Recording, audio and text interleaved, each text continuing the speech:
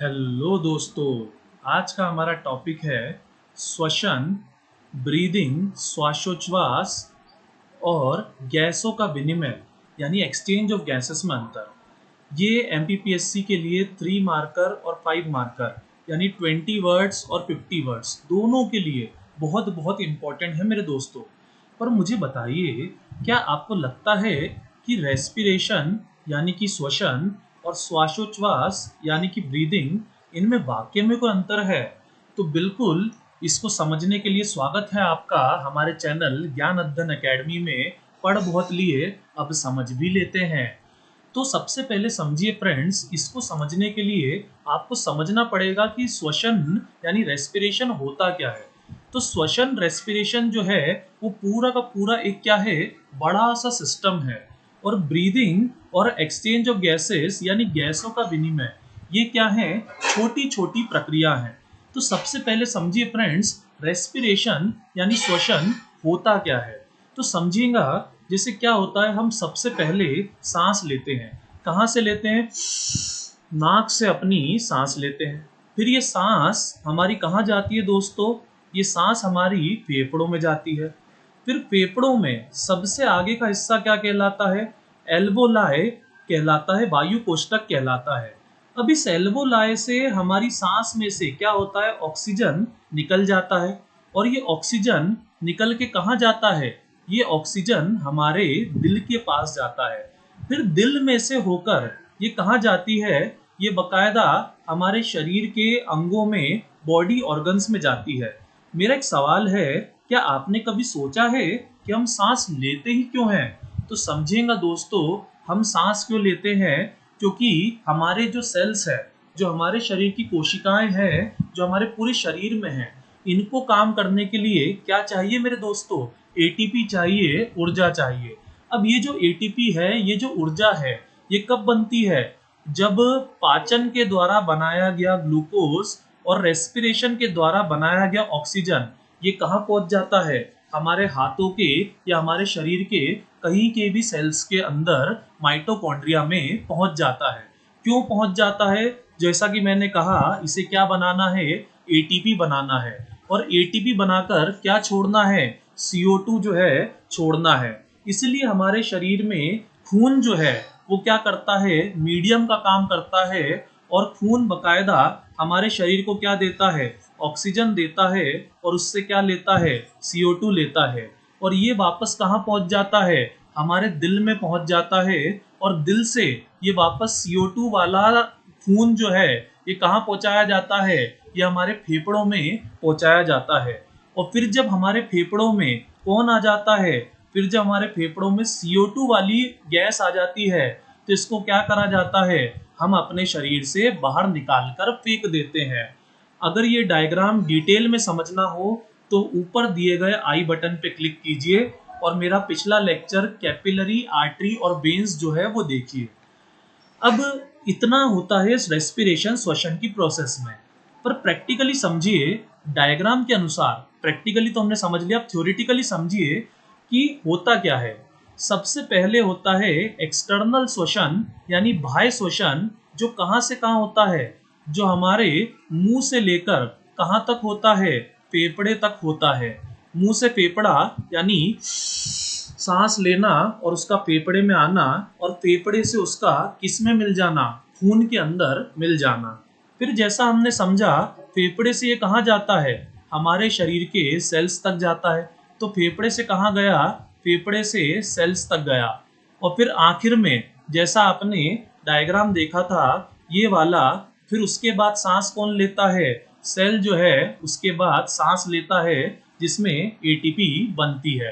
तो फेफड़े से हमने जैसा समझा, फेफड़े से सेल तक ट्रांसपोर्टेशन ऑफ गैसेस यानी गैसों का परिवहन, और फिर उसके बाद सेल के अंदर श्वसन। तो ध्यान से सुनिएगा, सेल भी सांस लेता है, हम ही सांस नहीं लेते हैं।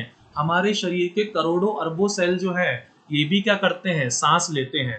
तो इंटरनल रेस्पिरेशन हम अपने अगले लेक्चर में समझेंगे, जिसमें मैं आपको एरोबिक और एनारोबिक रेस्पिरेशन पढ़ाऊंगा। अभी हम पहला और दूसरा समझेंगे, नहीं तो ये वीडियो बहुत ज़्यादा बड़ी हो जाएगी। अब सबसे पहले समझिए एक्सटर्नल रेस्पिरेशन। अब दोस्तों, मेरा एक सवाल है, क्या आपने कभी सोचा है कि ये जो सांसें हैं ये शरीर के अंदर जाती ही क्यों है? और जाती है तो ठीक है, आखिर बाहर आती ही क्यों है? आखिर ऐसी क्या वजह है कि सांसें शरीर के अंदर जाती और अंदर से बाहर आती है? ब्रीदिंग समझने की कोशिश कर रहे हैं दोस्तों हम। तो समझिएगा, जैसे एक प्रेशर कुकर से समझते हैं। प्रेशर कुकर के अंदर प्रेशर कैसा होता है मुझे बताइए, हाई होता है, लो होता है? बिल्कुल दोस्तों, कैसा होता है? हाई होता है। अब मुझे बताइए, प्रेशर कुकर के अंदर प्रेशर हाई है तो जो गैसें हैं वो कुकर में अंदर आएंगी कि अंदर से बाहर जाएंगी? बिल्कुल सही मेरे दोस्तों, गैसें कुकर से क्या जाएंगी? बाहर जाएंगी।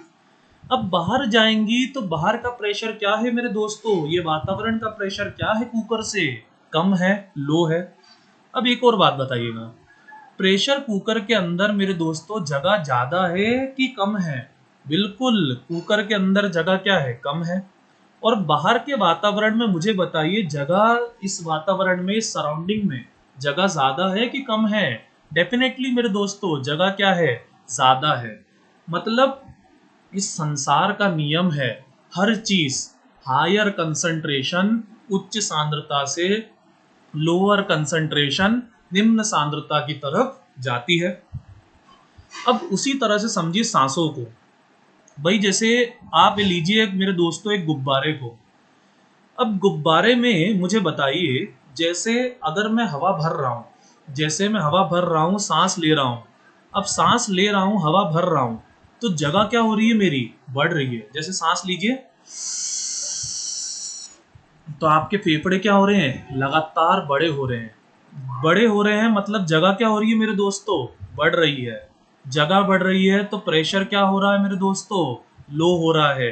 प्रेशर लो हो रहा है तो सांस क्या हो जाएगी? अंदर आ जाएगी। उसी तरह से ध्यान से सुनिएगा इसके आगे का। सांस छोड़िए, सांस छोड़ रहे हैं, सांस छोड़ रहे हैं तो मेरे दोस्तों गुब्बारा क्या हो रहा है? गुब्बारा क्या हो रहा है? सिकुड़ रहा है। अब गुब्बारा सिकुड़ रहा है तो उससे हवा क्या हो रही है? बाहर निकल रही है। सिकुड़ रहा है तो मेरे दोस्तों जगह क्या हो रही है? कम हो रही है। जगह कम हो रही है तो प्रेशर क्या हो रहा है? हाई हो रहा है। प्रेशर हाई हो रहा है तो बाहर का क्या है? लो है। इसलिए हवा कहाँ निकल रही है? बाहर निकल रही है। तो ये वाला क्या है मेरे दोस्तों? एक्सपिरेशन है। और ये वाला मेरे दोस्तों क्या है? इंस्पिरेशन है। तो हम जब सांस लेते हैं और सांस छोड़ते हैं, ये किसके कारण होता है? हमारे फेफड़ों के गुब्बारे की तरह फैलने के और सिकुड़ने के। और इस सांस लेने और छोड़ने के किसके द्वारा? फेफड़ों के द्वारा सांस लेने और छोड़ने के सफर को क्या कहा जाता है? ब्रीदिंग कहा जाता है, श्वासोच्छ्वास कहा जाता है, जो कि रेस्पिरेशन का क्या है? एक छोटा सा हिस्सा है। यहाँ तक मैं समझता हूँ आपको क्लियर हो गया होगा। इसके आगे आइए मेरे दोस्तों, गैसों का विनिमय यानी कि एक्सचेंज ऑफ गैसेस पर। अब इसमें समझिए मेरे दोस्तों, या इसको समझने के पहले एक चीज और क्लियर कर देते हैं आपको। अच्छा मुझे बताइए, आप क्या लेते हैं सांस में? ऑक्सीजन कि कार्बन डाइऑक्साइड? भाई आप सब कहेंगे सर हम तो ऑक्सीजन लेते हैं सांसों में। कैसा रहेगा अगर मैं आपको ये कहूँ कि आप सिर्फ और सिर्फ ऑक्सीजन नहीं लेते हैं सांस में, आप जो है बकायदा नाइट्रोजन भी लेते हैं, ऑक्सीजन भी लेते हैं और CO2 भी लेते हैं। और रही बात छोड़ने की, तो छोड़ने में भी आप सिर्फ CO2 नहीं छोड़ते हैं, आप नाइट्रोजन भी छोड़ते हैं, ऑक्सीजन भी छोड़ते हैं और CO2 भी छोड़ते हैं। कॉम्पिटिटिव एग्जाम्स के लिए एक बहुत ही अच्छा क्वेश्चन है ये। हैरान हैरान हो गए? तो समझिएगा, हम जब सांस लेते हैं तो हम नाइट्रोजन, ऑक्सीजन और कार्बन डाइऑक्साइड तीनों की तीनों लेते हैं। और हम जब सांस छोड़ते हैं तब भी हम नाइट्रोजन, ऑक्सीजन और कार्बन डाइऑक्साइड तीनों की तीनों छोड़ते हैं। फिर आप कहेंगे सर हमें इतने दिन सालों से हमारे माड़ साहब, हमारे टीचर ये क्यों पढ़ा रहे हैं कि ऑक्सीजन लेते हैं और CO2 छोड़ते हैं? तो इसकी भी मेरे दोस्तों वजह है। वजह क्या है समझिएगा, हम जब सांस लेते हैं तो उसमें कितनी सांस लेते हैं? 21% ऑक्सीजन लेते हैं। पर जब हम छोड़ते हैं तो छोड़ने के पहले हमारे अंगों में क्या होता है? उस ऑक्सीजन से थोड़ी क्या बन जाती है? ATP बन जाती है। तो उस ऑक्सीजन का कुछ हिस्सा क्या हो जाता है, यूज कर लिया जाता है, तो ऑक्सीजन का परसेंटेज क्या हो जाता है, कम हो जाता है। जो ऑक्सीजन यूज होती है वो किस में तब्दील होती है, CO2 में तब्दील होती है। तो CO2 का परसेंटेज क्या हो जाता है, बढ़ जाता है। तो देखिए लगभग 4% ऑक्सीजन हमारे सांस लेने और छोड़ने से कम हो जाती है और लगभग 4% कार्बन डाइऑक्साइड हमारे सांस लेने और छोड़ने से बढ़ जाती है। तो हमारे सांस लेने से ऑक्सीजन क्या होती है, कम होती है और CO2 क्या होती है, बढ़ती है। इसी कारण हम बोलचाल में कह देते हैं कि हम ऑक्सीजन लेते हैं और CO2 छोड़ते हैं। हम इंसानों के कारण कार्बन डाइऑक्साइड बढ़ रहा है, जिसको बैलेंस कौन करता है, बताइए। बिल्कुल सही कहा आपने, जिसको पौधे यानी प्लांट्स क्या है, बैलेंस करने का काम करते हैं। तो एग्जाम में क्वेश्चन आए तो याद रखिएगा, हम ऑक्सीजन और CO2 दोनों लेते हैं और ये परसेंटेजेस भी याद कर लीजिएगा, बहुत ज्यादा इंपॉर्टेंट है। अब आगे आइए गैसों के एक्सचेंज यानी विनिमय पर।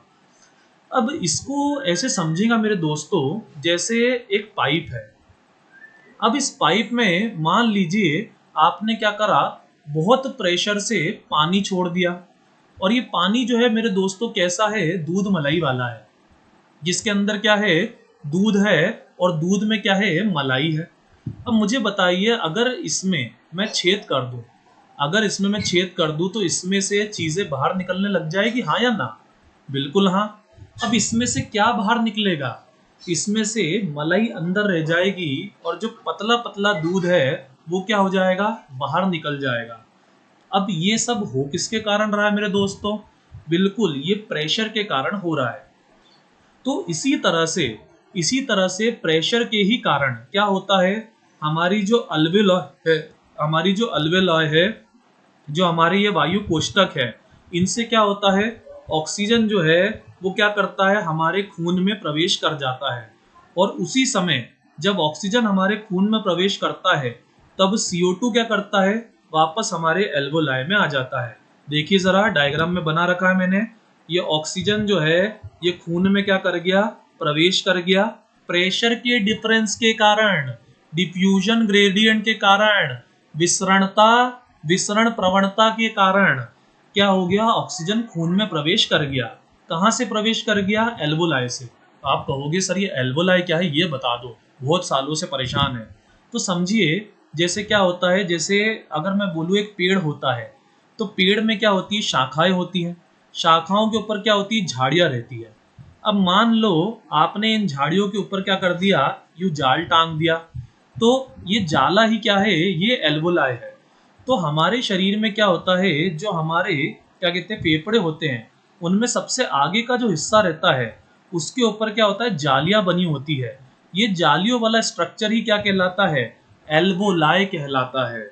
चलिए गैसों का विनिमय भी आपको क्लियर हो गया और आपको ये भी समझ आ गया कि प्रेशर के डिफरेंस के कारण ही क्या होता है, बकायदा ऑक्सीजन जो है हमारे फेफड़ों से हमारे खून में मिलता है और CO2 हमारे खून से हमारे फेफड़ों में मिलता है। इसी को क्या कहते हैं, ध्यान से चुन पढ़िए, गैसों का विनिमय यानी एक्सचेंज ऑफ गैसेस। O2 की जगह CO2, CO2 की जगह O2। लेकिन एक चीज मेरे दोस्तों आपको और समझना जरूरी है, जो कि क्या है, ट्रांसपोर्टेशन ऑफ गैसेस। अब समझिएगा, विनिमय यानी एक्सचेंज और ट्रांसपोर्ट यानी परिवहन, दोनों बड़े सिमिलर शब्द हैं, तो अच्छे अच्छे कंफ्यूज हो जाते हैं, पर समझिए समझना बहुत आसान है। एक्सचेंज का मतलब क्या हो रहा है, अदला बदली, मेरी चीज तेरे पास, तेरी चीज मेरे पास, पर इसमें क्या नहीं होगा, मूवमेंट नहीं होगा, चलन नहीं होगा। मतलब कि एक्सचेंज में बस क्या होगा, बकायदा ये देखिए यहाँ से O2 जो है खून में, O2 जो है वो खून में आ जाएगा और जो CO2 है वो क्या हो जाएगा, फेफड़ों में आ जाएगा। इधर देखिए CO2 फेफड़ों में आ गया और O2 खून में आ गया। इस वाले डायग्राम से देखिए, ये मैंने यहाँ पर बना रखा है, स्लाइड साफ कर देता हूँ, आपको अच्छे से दिखाई देगा। ये देखिए O2 जो है खून में आ गया और CO2 जो है वापस फेफड़ों में आ गया। तो ये इतनी छोटी सी प्रक्रिया, ये क्या कहलाती है, एक्सचेंज कहलाती है। जो कहाँ होती है दोस्तों, जो कि बाह्य श्वसन में, एक्सटर्नल रेस्पिरेशन में, बकायदा फेफड़ों में ही होती है। इसमें देखिएगा एक सुधार है, यहाँ पर अल्वेलाई टू वीन्स टू अल्वेलाई नहीं है, यहाँ पर दोस्तों आएगा आर्टरी टू अल्वेलाई, और यहाँ पर कूपिका से शिरा आएगा। बाद में आप स्क्रीनशॉट लेकर अच्छे से पढ़ लीजिएगा। अब ये प्रोसेस सिर्फ कहाँ हो रही है, ये प्रोसेस सिर्फ और सिर्फ फेफड़ों में हो रही है। बट ट्रांसपोर्टेशन ऑफ गैसेस देखिए कहाँ से कहाँ है, फेफड़ों से सेल्स तक है। तो हमारे फेफड़ों से खून के द्वारा हमारे हाथों तक, हमारे शरीर के सारे सेल्स तक जाने की प्रोसेस क्या कहलाती है, ट्रांसपोर्टेशन कहलाती है, परिवहन कहलाती है, जिसमें बकायदा ये ऑक्सीजन जो है क्या करता है, हमारे शरीर में बकायदा पहुंचता है, और शरीर में पहुंचने के बाद बकायदा वहां से CO2 लेता है और लेकर वापस कहाँ आता है, लंग्स तक आता है। तो समझिएगा, मैं एक बार फटाफट से शॉर्ट में रिवाइज बोल देता हूँ, वैसे पूरा क्लियर हो चुका है आपको। रेस्पिरेशन एक बड़ा सिस्टम है, एक बड़ी प्रोसेस है। इसको 3 पार्टों में तोड़ा जाता है। मुंह से फेफड़ा एक्सटर्नल रेस्पिरेशन, फेफड़ों से हमारे शरीर के सेल तक ट्रांसपोर्टेशन परिवहन, और फिर सेल का सांस लेना इंटरनल रेस्पिरेशन कोशिकीय श्वसन, और एक्सटर्नल रेस्पिरेशन के अंदर ही आता है क्या, ब्रीदिंग और एक्सचेंज ऑफ गैस। ब्रीदिंग सांस लेकर फेफड़े तक पहुंचाना, और एक्सचेंज ऑफ गैस गैसों का विनिमय फेफड़े से सांस का किस में मिल जाना, हमारे खून में मिल जाना। तो इसी के साथ आपको पूरे डिफरेंस अच्छे से मैं समझता हूँ फ्रेंड्स क्लियर हो गए होंगे। फिर भी अगर कोई डाउट हो तो कमेंट करके बताएं, और अगर लेक्चर पसंद आए तो लाइक शेयर और सब्सक्राइब ये तीनों करना ना भूले। आपके ऐसा करने से हमें बहुत मोटिवेशन मिलता है, और हमें लगता है कि आप लोग पढ़ना चाहते हैं, और आपके लिए हम इस तरीके के और भी ढेर सारे लेक्चर्स जो हैं वो बनाएं। और इसके अलावा नीचे डिस्क्रिप्शन सेक्शन में मेरे टेलीग्राम चैनल की लिंक दी गई है। अगर आप पूरा का पूरा मेरा बायोलॉजी का नोट्स फ्री में डाउनलोड करना चाहते हैं तो ज्ञान अध्ययन अकेडमी टेलीग्राम एप्लीकेशन पे सर्च करें। इसके अलावा सारे बायोलॉजी के लेक्चर्स की प्लेलिस्ट भी आपको नीचे डिस्क्रिप्शन सेक्शन में मिल जाएगी। कोई सुझाव हो तो उसके लिए कमेंट करके बताएं, ताकि आने वाले लेक्चर्स हम आपके हिसाब से और बेहतर बना सके। चलिए फ्रेंड्स, आज के लिए अलविदा।